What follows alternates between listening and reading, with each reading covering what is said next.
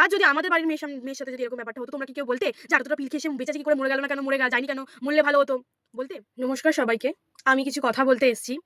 আমি সবাইকে সবার কাছে হাত জোড়ো করে আমি ক্ষমা চাইছি, বা কারোর যদি কোনো কিছু খারাপ লাগে আমার কথাতে, সবাইকে হাত জোড়ো করে বলছি আমাকে প্লিজ ক্ষমা করে দেবেন। আর আমি সেরকম বড় ক্রিয়েটারও নই, বা আমার কথা কারোর কাছে যাবে কিনা বা আমার এই ভিডিওটা কারোর কাছে যাবে কিনা আমি সেটাও জানি না।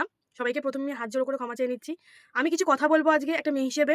সোশ্যাল মিডিয়াতে যে বিষয়টা এখন চলছে সবার কাছে পুরনো, আই থিঙ্ক সবাই জানে। ওটা না ট্রেন্ড হয়ে গেছে। দেবলীনাদির বিষয়টা না ট্রেন্ড হয়ে গেছে। আমি দেবলীনাদিকে নিয়ে কথা বলছি। তো আমি যদি কোনো বিষয় নিয়ে ভুল বলে থাকি তো আমাকে প্লিজ ক্ষমা করে দেবেন। প্লিজ ক্ষমা করে দেবেন। আর দেবলীনাদির কাছে যদি ভিডিওটা যায় বা ভিডিওটা পৌঁছায় তো প্লিজ আমাকে ক্ষমা করে দিও। আমি যদি কোনো ভুল বলে থাকি, আর সবার কাছে আমি প্রথমেই একদম হাত জোড়ো করে বলছি আমাকে ক্ষমা করে দেবেন। আমি আজ কিছু কথা বলবো। জানি না হয়তো কারোর গায়ে লাগতেও পারে, আই থিংক নাও লাগতে পারে, আই ডোন্ট নো। তবে আমি কিছু কথা বলবো। আমার বলাটা মনে হচ্ছে বলাটা খুব প্রয়োজন। আ মানে সবাই তো সব বিষয় নিয়ে কথা বলছে, সবাই সব রকমভাবে কথা বলছে। তো আমারও বলাটা আমার মনে হলো যে বলাটা ঠিক বা বলি। তারপর যা হবে, হবে। দেবলীনাদি না ট্রেন্ডে চলে এসছে জানো। আ মানে সেদিনকার যে লাইভটা করেছিল সেদিনের পর থেকে সে ট্রেন্ডে চলে এসছে। মানে মানুষের কাছে এই বিষয়টা না মানে যেন একটা কমেডি হয়ে গেছে। মানে সে যে কি বিষয় নিয়ে বা কি ভাবে বা কি পরিস্থিতিতে এই জিনিসগুলো করেছিল সেটা কেউ বুঝতে পারছে না। বা সেটাকে ভাবতেও চাইছেও না যে করেছে। সে তো করেছে, আমাদের কি? আম কিন্তু আমাদেরও ভাবা উচিত সে কোন জায়গা থেকে বা কি ভাবে বা কি পরিস্থিতিতে জিনিসগুলো করেছে। সবাই সেই একটা কথাতে পড়ে রয়েছে। একটা ঠিক নয়, ১-২ টো কথাতে ঠিক পড়ে রয়েছে। কথাটা হলো তার দিদি বলেছিল, মানে দেবলীনাদির দিদি বলেছিল যে সে ৭৮ টা পিল খেয়েছে। মানে মানুষের কাছে এটা মনে হচ্ছে যে, "কি ৭৮ পিল? বেঁচে গেল কি করে? বেঁচে গেল কি করে? ৭৮ পিল খেয়ে বেঁচে গেল কি করে? কি করে যেতে পারে বেঁচে গেল কি করে?" মানে মানুষের কাছে এটা হচ্ছে যেটা মজার ব্যাপার। আমি এই বিষয় নিয়ে কখনো কোনো কথা বলিনি, বলতে চাইও না। এটা আমার first video and last video. তো এই বিষয় নিয়ে আমি কোনো কথা বলতে চাই না, বলবও না। এই ফার্স্ট অ্যান্ড লাস্ট। কিন্তু আমার কথাগুলো বলাটা খুব প্রয়োজনীয় মনে হলো যে বলাটা খুব দরকার। তাই আমি বলতে এসেছি। আমার জন্য একটা মেয়ে হিসেবে যেন কায় না, কাটা যেমন মানে গিতে যায় না, সেরকম হচ্ছে। তাই আমি বলতে এসেছি। আর এই ভিডিওটা কজনের কাছে পৌঁছাবে আমি সেটা জানি না। আর আমি জানি না কি হবে, কিন্তু আমার বলাটা খুব দরকার। ঠিক আছে? আমি এটার জন্যই বলতে চাইছি যে ৭৮ টা পিল খেয়েছে। ৭৮ টা পিল খাওয়ার আগে সে আ খেলো কেন এত? সে কেন লাইভ করে গেল? লাইভটা কেন করলো? মরে যেতেই পারত। নরমাল ভাবে মরে যেতে পারত। কেন লাইভ করে গেল? কেন যাবে লাইভ করে? ঠিক আছে? তার কাছে হচ্ছে এটাই। কিন্তু তোমরা এটা ভাবছো না, সে হয়তো তোমাদেরকে নিজের মনে করে বা আমাদেরকে নিজের মনে করে বলেই সে হয়তো লাইভটা করেছে।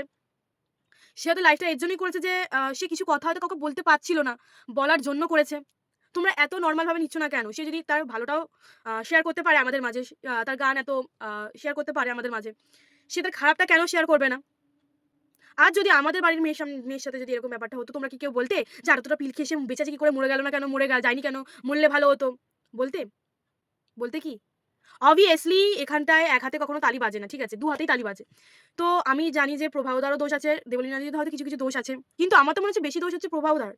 বিকজ সে যদি দোষ না করতো বা কোনো কিছু না ভাবতো বা কিছু না বলতো, বা যদি তার কাছে এটা আ মানে দেবলীনাদির এগুলো মিথ্যে রটাতো, তাহলে obviously আজকাল সবাই ক্যামেরা নিয়ে বসে যাচ্ছে।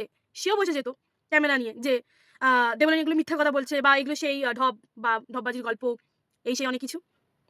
রোস্টাররা তো এগুলো কনটেন্ট পেয়ে গেছে যে মানে রোস্ট করছে হয়ে গেল। সে ভাবছে না যে তার বোনের সাথে যদি এরকম হতো বা তার দিদির সাথে যদি হতো। হতেই তো পারে। দিন তো কারোর জন্য কারোর পড়ে থাকে না। হয়ে যেতেও তো পারে। তাই না? আমার মনে হয় যে এই বিষয় নিয়ে কোনো কন্ট্রোভার্সি না জড়ানো উচিত। মানে হ্যাঁ, শেয়ার করেছে। তার বন্ধুরা কেন ভিডিওগুলো বানাবে না? কেন বানাবে না? আমাকে বলো। সে তাদের ভালো ভিডিওগুলোও তুলে ধরতে পারছে। একসাথে খেতে পারছে, ঘুরতে পারছে, সেই ভিডিওগুলো তুলে ধরতে পারছে। তাহলে এই ভিডিওটা কেন নয়? আর তোমরা এগুলোকে ন্যাচারাল ভাবে নিচ্ছ না কেন? হ্যাঁ, তার মানে যে সে পরিস্থিতিতে করছে, একটা মানুষ দেয়ালে পিঠ থেকে গেলেই তখন করে এই ব্যাপারটা। কেউ সুইসাইড এমনি করতে যায় না বা ঢপবাজির গল্প করতে যায় না। কারোর খেয়ে দিয়ে কাজ নেই যে শুধু পিল খেয়ে নিলাম, মরে গেলাম, ঢপবাজি করব, আমাকে ফেম পাওয়ার জন্য, ভিউজ পাওয়ার জন্য, এর জন্য নয়। এর জন্য নয়। সে যথেষ্ট পপুলার। তার গান সবাই কম বেশি শুনেছি। একটা হলেও, দুটো হলেও সবাই কম বেশি শুনেছি। আমি তো খুব ভালোবাসি দেবলীনাদের গান শুনতে। তো আমার মনে হয় যে এবার স্টপ হোক, প্লিজ স্টপ হোক ব্যাপারটা। তাকে তার মতন করে বাঁচতে দাও। যদি না করতে পারো, খারাপ কমেন্ট দরকার নেই করার। সে একটা মেন্টালি ট্রমার মধ্যে চলে গেছে। তার একটা খারাপ পরিস্থিতির সবার একসাথে মিলেমিশে তাকে ভালো কমেন্ট করা, উৎসাহ দেওয়ার বা সে এই জিনিসটা থেকে যাতে ফিরে আসে সেটা করারই দরকার। আমার মনে হয় পার্সোনালি। আর এই ভিডিও নিয়ে আমার প্রোফাইলে কখনো ভিডিও আসেনি, আসবেও না। এই ফার্স্ট, এই লাস্ট, কিন্তু আমার কথাটা বলা খুব প্রয়োজন মনে হচ্ছিল। তাই আমি বলেছি, প্লিজ আমাকে কেউ খারাপ ভেবো না। আর যদি আমার কোনো কথাতে খারাপ লেগে থাকে কারোর, আমাকে ক্ষমা করে দাও। কিন্তু আমার বলাটা মনে হলো খুব প্রয়োজন। মানে চারিদিকে এত কথা, এত কন্ট্রোভার্সি, এত কিছু হচ্ছে। আমি ভাবলাম যে আমি একটা কথা বলি। মেয়েটার হয়ে একটা কথা বলি, সবাই তো খারাপ বলছে, কেউ ভালো তো বলা দরকার, তাই না? তার পাশে তার ফ্যামিলির লোক, সত্যি ফ্যামিলির লোক ছাড়া কেউ নেই। আমরা সবাই উল্টোপাল্টা করে এইসব আজে-বাজে কথা বলছি। তো আমার মনে হয় না, ভালো কমেন্ট যদি না করতে পারি, খারাপ কমেন্ট করব না। সবাইকেই বলছি। তো আমি যদি কোনো ভুল বলে থাকি বা ভুল করে থাকি, আমাকে প্লিজ ক্ষমা করে দেবেন। আ আমি সবার কাছে হাত জোড়ে ক্ষমা চাইছি যে আমি যদি কোনো কিছু ভুল বলে থাকি, প্লিজ ক্ষমা করে দেবেন। আর এই নিয়ে কোনো ভিডিও আসবে না আমার YouTube থেকে। ঠিক আছে? আমি জাস্ট একটা মেয়ে হয়ে একটা মেয়ের দিক থেকে বললাম যে একটা মেয়ে কোন পরিস্থিতিতে গেলে এরকম করতে পারি। নমস্কার।